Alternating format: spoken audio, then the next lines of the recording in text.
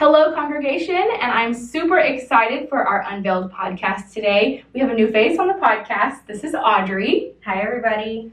You're going to love what she's speaking about today, and I really hope that it blesses you as much as it's blessed us just planning it. But welcome to the Unveiled podcast.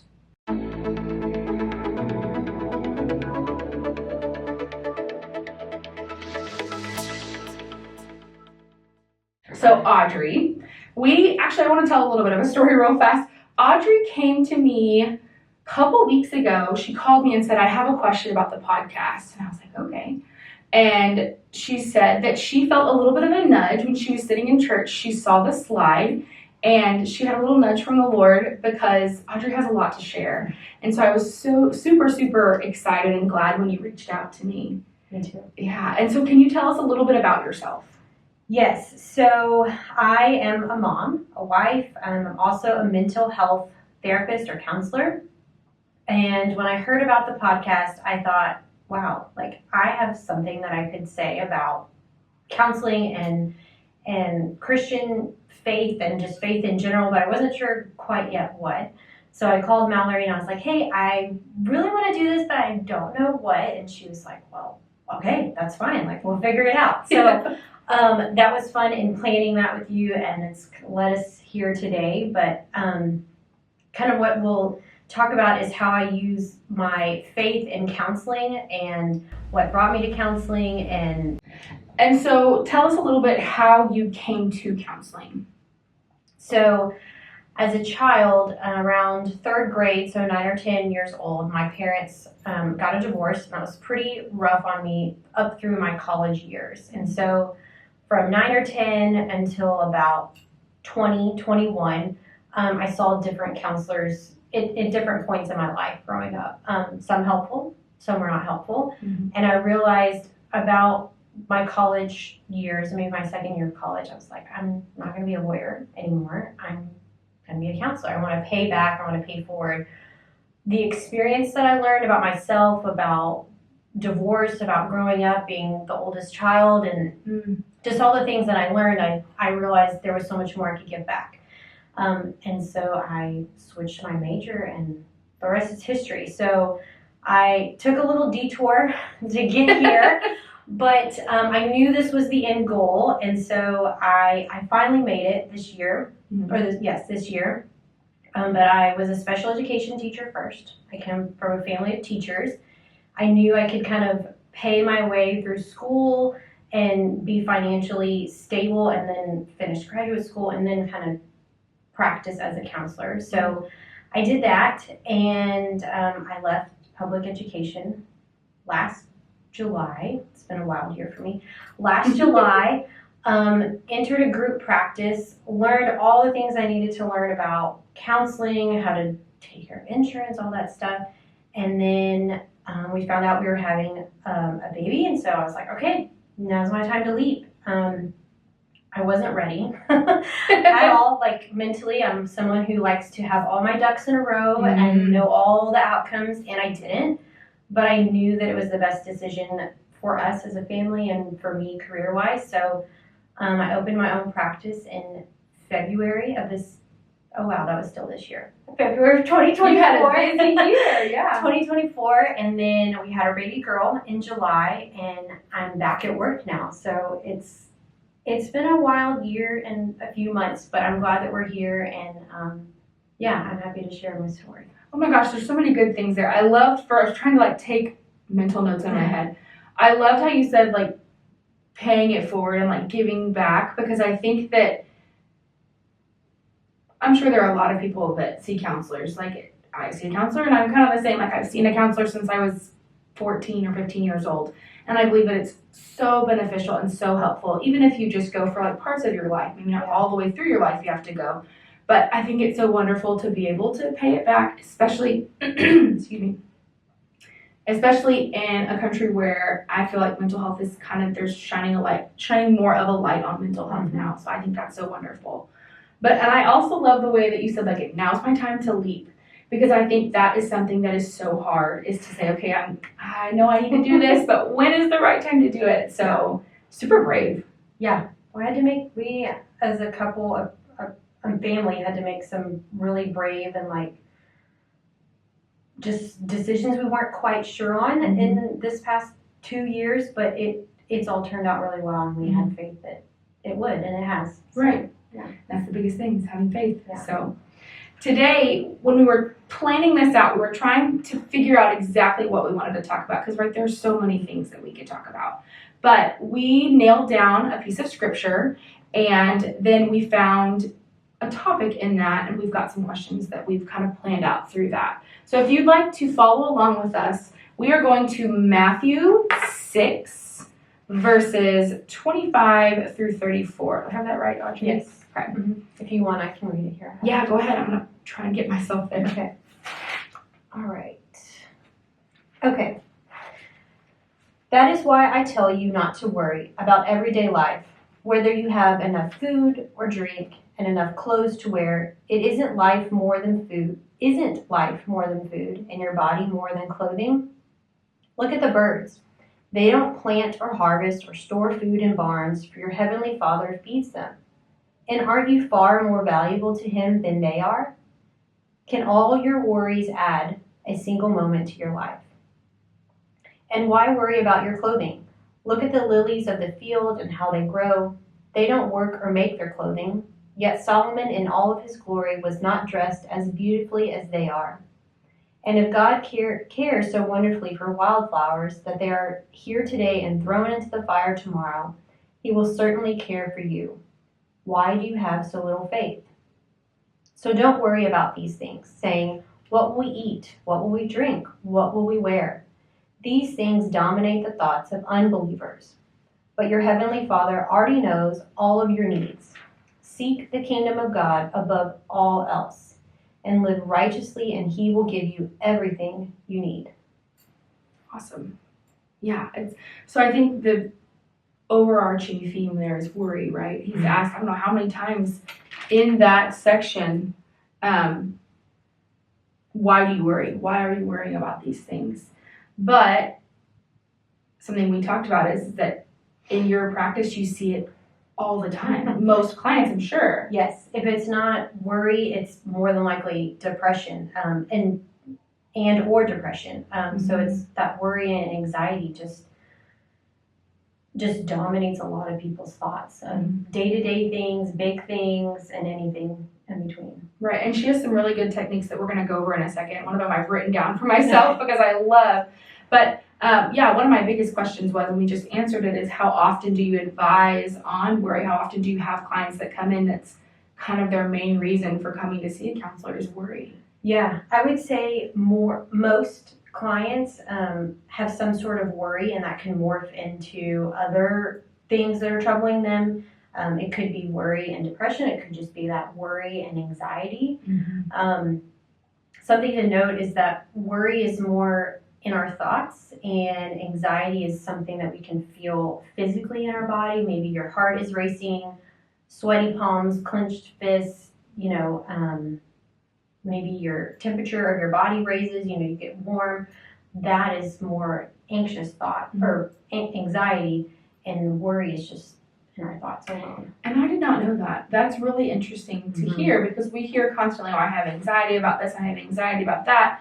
Then you also hear the word worry. And so for me and my brain equates them as the same thing, when in reality that's not the case. Yeah, I see it more as of anxiety being more of an extreme, and that it morphs into a physiological response, where worry, we can kind of contain it in our minds. Right. Yeah. Very interesting. So when you are seeing a client, let's say you have a client who comes in for the first time, do you always use faith, or is that something that they decide?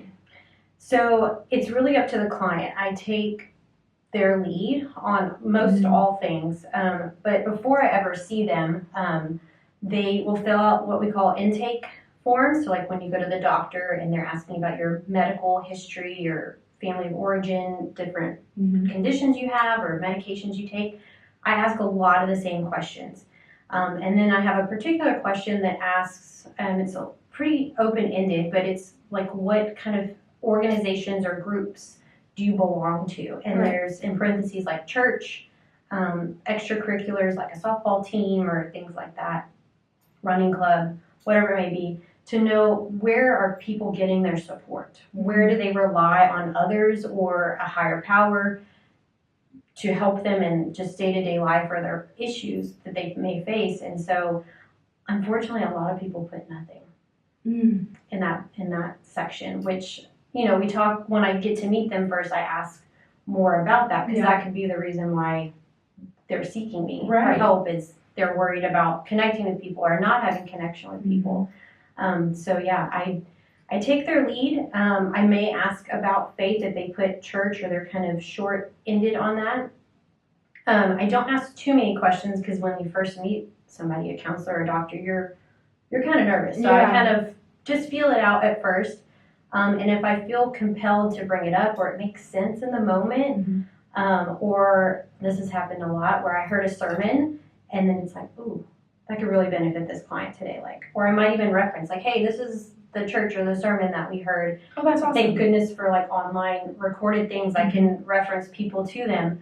And I've had clients go back and watch sermons, or they've even recommended sermons for me. And that's cool. I can view something from their church, or even podcasts. So it really depends on the client, but I feel that each time that I have asked about their faith or brought it up, each session tends to open more and more faith conversation, faith-based conversation. And so I'm glad that I do that, but I really listen to my heart when I open up about faith, because I'm not a trained Christian-based counselor. Sorry, I don't mean to interrupt you, but do they have I had Katrina Spivey in here months ago, and we talked about, I learned so much too, that we talked about that she was a play therapist, but there are different types of therapies that you can be certified in, is probably not the right word, but is that the same thing with, is there a specific one for Christian counseling, or? I'm sure there is a specialty out there, where you could get so many educational hours and have a certificate. I've never looked in that, but I'm sure there is. I'm thinking more of couples counseling, Christian couples counseling. I definitely would say there's certificates for that, or specialties in that. But you don't market yourself as only a Christian counselor. No, Gotcha. I will put that on certain profiles, like Audrey is Christian believer, or sometimes when you go and you filter searches for people, I will be labeled that, but it's not Audrey is a Christian counselor. Gotcha.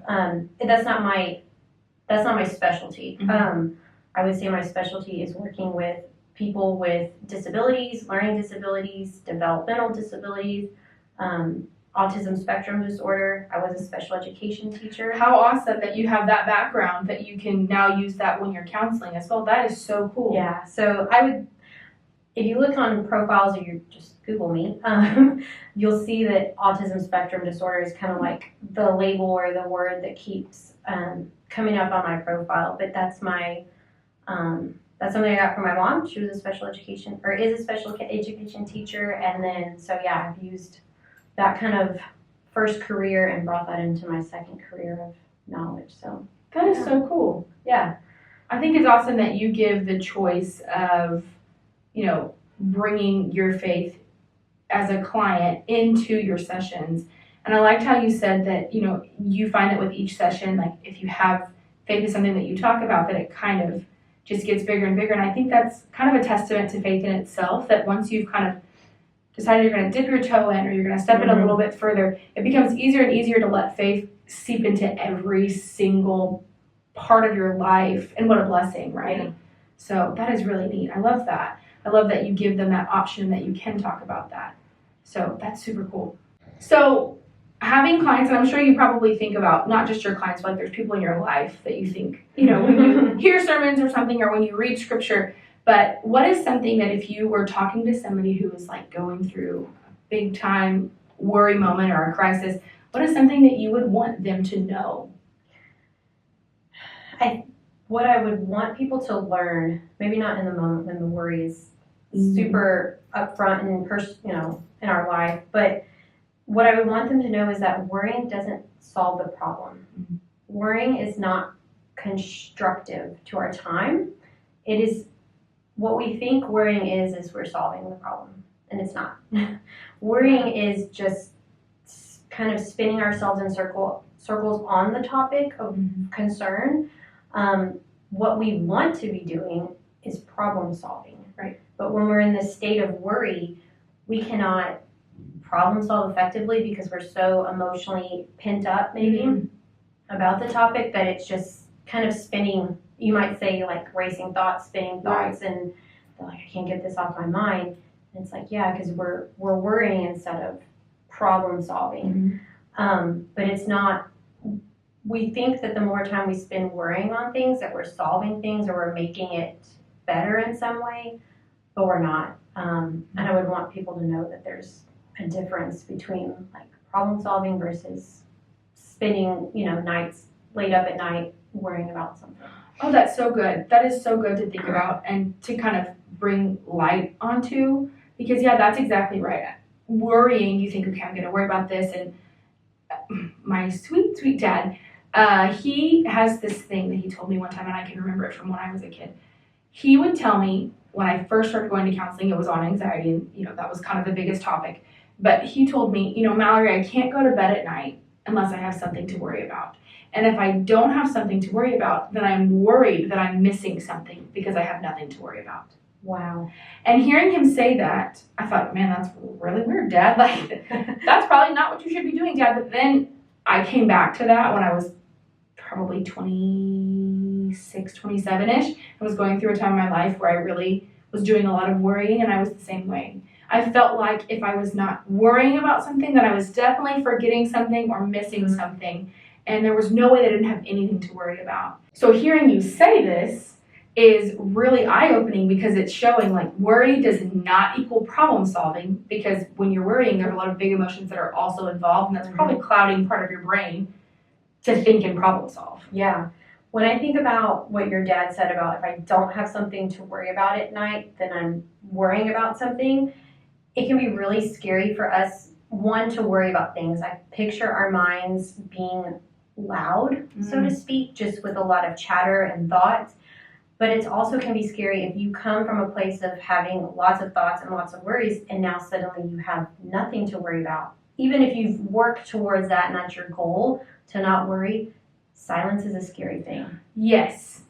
Silence is a scary thing, and I recognize that in myself and what you're saying and my clients, and it's the new norm that we have to adjust to, but it's also okay to just listen. And I don't mean like listening for something on the outside, but listen to our hearts, listen to what might be nudging us, right? How is God speaking to us? If we have all of these thoughts and worries swarming our brains and it's loud, you can't hear other things other than your own thoughts. So it's a kind of a catch-22, but it's a place that you can become more comfortable with when we kind of redirect our thoughts about worry and silence. But that's interesting what your dad had to say. Yes, it was very interesting, and it was in that, like I said, in that moment, I was like, Dad, that's a little crazy. And then I realized later on in life, like, oh yes, I also do that. But silence can be really scary. I was talking to Pastor T the other day and just telling her, I feel like my prayer life right now is chaotic. I have a prayer journal, and I don't even write like full sentences. I have like a gratitude side and a prayer side, and I just kind of jot. And I struggle with ADHD. And so, especially in the morning before I have like really centered myself and had a chance, I'm just like, wait, because when my eyes were open and I'm ready to start the day. And so I immediately go into my office at the front of the house and start prayer journaling.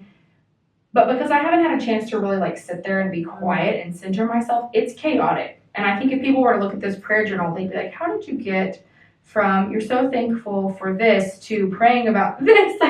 It's chaotic. But one of the things that Pastor T was telling me is she said, why don't you try doing a breath prayer? And I was like, well, okay, what does that mean? Yeah. And she said what she does is she sits in a comfortable spot, and she had to start a timer for herself at first. And so I have to do that too. And she's just quiet. And she tries to continually bring her thoughts back and not, oh, I need to make lunches for kids, or, oh, the laundry hasn't been done, or I've got to do this for work. She said she would pick a specific word. And so my word right now is peace, and would picture the word in her brain and just try and stay on that word. And let me tell you, for a minute, it is hard to do for me. Yeah. But the silence is scary.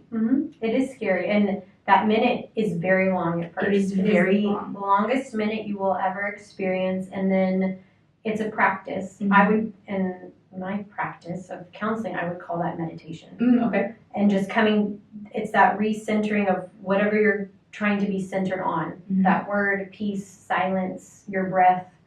And that's really hard for people to do. And that's why it's called a practice. Yes. Because you have to practice that. It doesn't come instantly. And people say, well, I'm going to meditate for 20 minutes. I'm like, no. It's not going to happen. Let's go with 1 minute. And then you, just like working out, you're going to build that meditation muscle or that centering muscle, breath, Mhm. prayer moment. And you'll get stronger and the time will pass. And before you know it, you will be at 20 minutes. Yeah, that would be nice. Yeah. She said, yeah, I can usually go about 4 to 5 minutes. And even with Ember running around, I'm like, there is no way.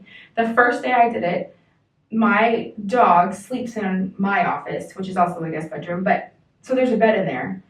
And I was like, okay, I'm going to do this. I'm going to be quiet and I'm going to listen for God. I'm going to stay on my word of peace. And the dog started like licking a paw. And I was like, oh, I'm going to go insane. So like I was trying, like, do I stop and tell the dog to be quiet? Or do I just try and push through it? And I ended up having to go, Shotzi, that's enough.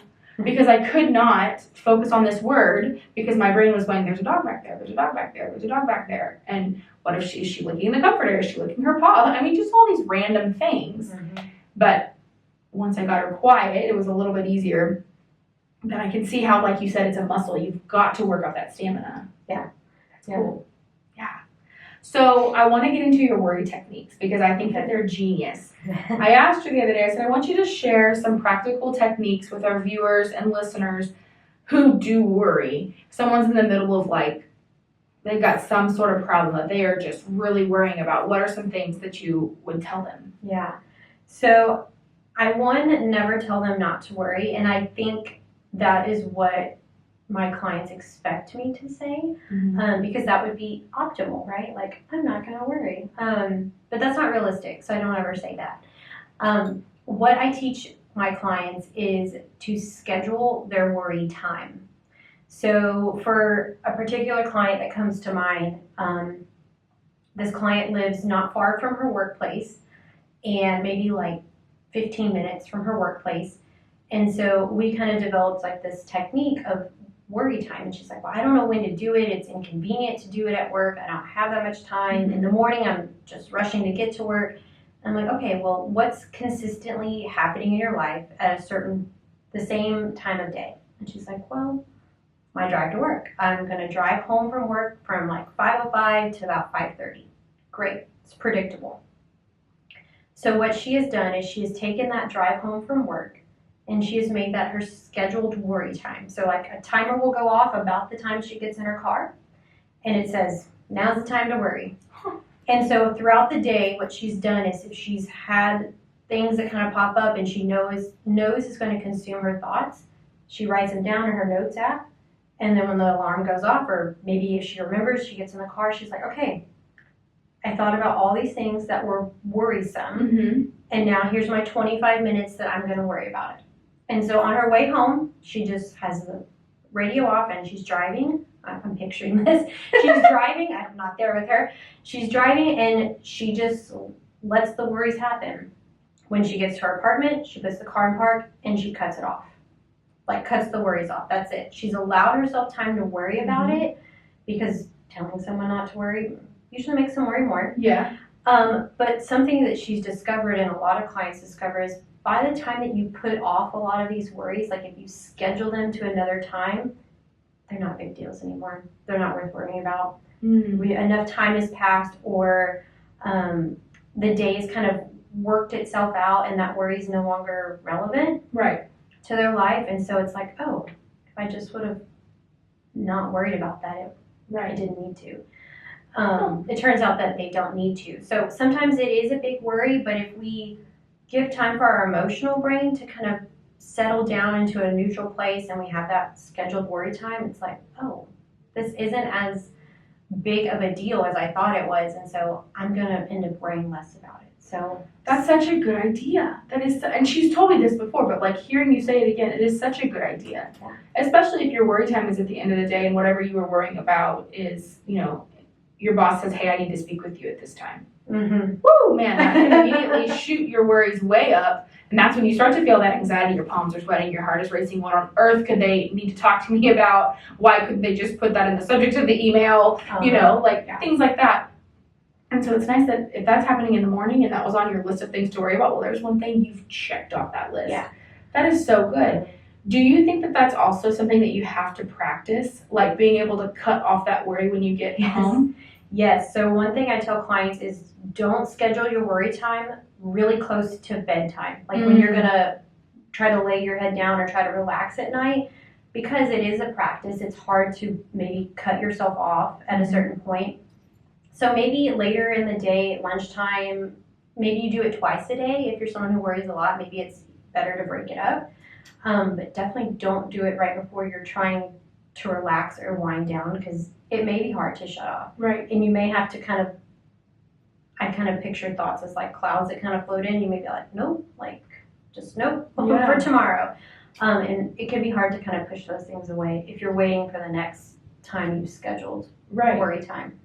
So speaking a little bit about like trying to turn your brain off and go to sleep and having this like worry and physical anxiety, we talked a little bit the other day about fight or flight mode and what's going on in your body versus what's actually happening. Can you explain a little bit about that? Yes. So what I like to tell people is when someone comes to me and we're talking about anxiety and I ask, how does it feel in your body? Like the examples I said earlier, is your heart racing, your palms sweaty? Maybe some people like bounce their foot up and down if they're sitting. I ask them about those physical responses. And then I educate them on what is fight or flight. And so fight or flight is a physiological response to actual fear or perceived fear. Mm-hmm. That's the key there, perceived. Not that it's actually happening. And so my example is to clients, your brain and your body does not know the difference between anxious thoughts or anxiety and there's a tiger that's going to eat me. The physiological response and the mental response is exactly the same. Mm-hmm. You would probably be shaking like a leaf if a lion was trying to eat you. Your heart rate would definitely go up if a lion was trying to eat you. You might run, and some people do physically run from things. Think of small children. Mm-hmm. Oh, yeah. They run from things that might scare them. Some people might literally freeze and try to be small and quiet to avoid a tiger or a lion harming them. Mm-hmm. But if people are anxious, they might also freeze, like in a speaking situation or a new opportunity is presented themselves and they don't know how to navigate it. They might literally freeze. Some people even may fight. So that could look like fighting with their words, fighting physically with their hands, and they respond in an aggressive way. But our brain doesn't know the difference between there's actually a tiger or lion in the room and I'm going to be harmed, there's an actual fear here, or this public speaking engagement creating the same anxiety. Our body's going to respond the same way. It just doesn't know what's life-threatening and what's not. So what I like to tell clients with that is when we have worries or fears or anxieties, it's like, is this a real tiger? Like, is this a real fear? Like, because your body's thinking that it is, but it's really not. It's just the anxiety of driving down the highway, for example. So that's important to know that our brains and bodies don't know the difference, but it will respond the same way. Yeah. This has been, like I told y'all, so life-giving. And it was such a pleasure to have you on today. I've learned a whole lot. Thank you, Mallory. Yes, well, and I'm sure we're going to end up having to do a part 2 or something because this has been so good. Maybe we'll do something specifically on anxiety since there is a difference between the two. That would be great. Yeah. But thank you guys so much for joining us today for the podcast. And until next time, we'll see you later. Thanks for watching. Bye.